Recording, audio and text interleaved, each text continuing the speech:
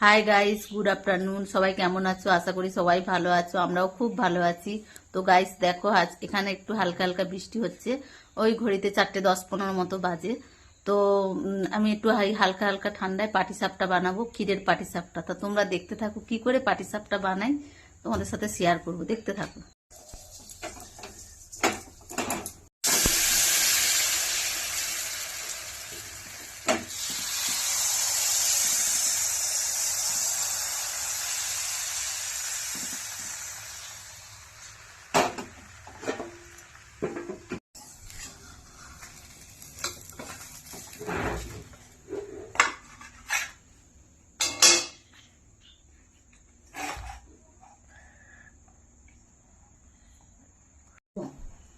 গ্রামের দুধ দিয়ে ক্ষীর তৈরি করে সেই দুধের ক্ষীর করে পাটিসাপটা বানাচ্ছি।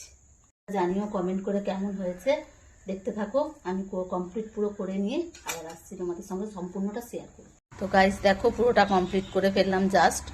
তো তোমরা কমেন্ট করে জানিও কিরকম হয়েছে, কমেন্ট করে জানিও। আর সবাই চলে এসো খাওয়া দাওয়া করতে। টাটা বাই বাই, চলো।